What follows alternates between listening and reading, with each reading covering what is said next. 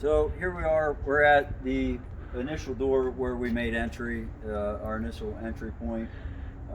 One thing I do want to point out, when we got here, it was kind of a small fire, but there was enough fire in here. You could tell that the whole building was charged with smoke, thick black smoke, and we actually had fire coming out of this window right here. So we knew we wanted to get in quick.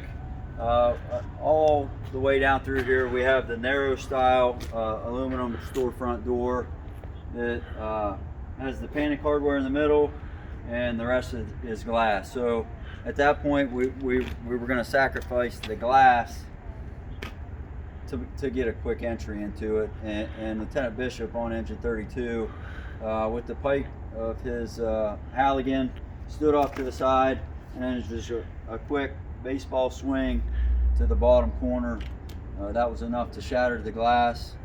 At that point, you got to duck and go under your panic hardware, and then as soon as we got under the panic hardware, these locks,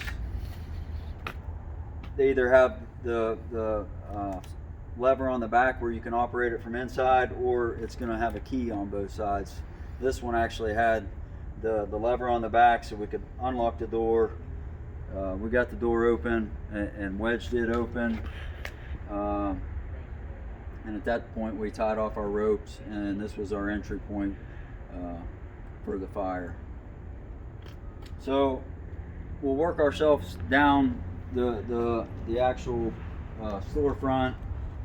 The fire was somewhat of a small fire, but one thing to point out with the strip mall fires, they have the common caulk loft, so it's going to go up and it's going to spread super fast horizontally. So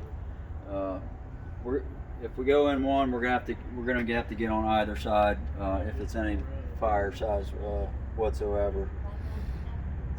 This one here, the fire was somewhat contained. This lock got unscrewed with channel locks, and once it was out, then we use our key tool, and then we do our 5 to 7 or our 7 to 5 to throw our lock on that one. So that went really good. We'll go on down the line.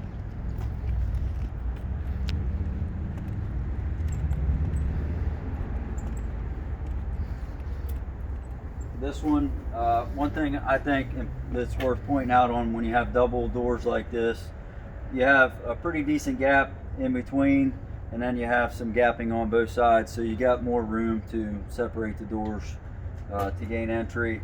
This one, I think Rescue 4 went in, they got the forks and the Halligan in, and then just popped. There was enough gap in the door that they just popped it that way. One thing to keep in mind is the fire was contained, and at this point we were searching and then just getting smoke out at this point. So we wanted to do minimal damage on these doors. This last door, we stuck the Halligan in right above the lock, just enough to get a little bit of a gap, and then we had the gas circular saw. You can see tiny bit of damage here, and on this one we just cut the lock and open the door, and you can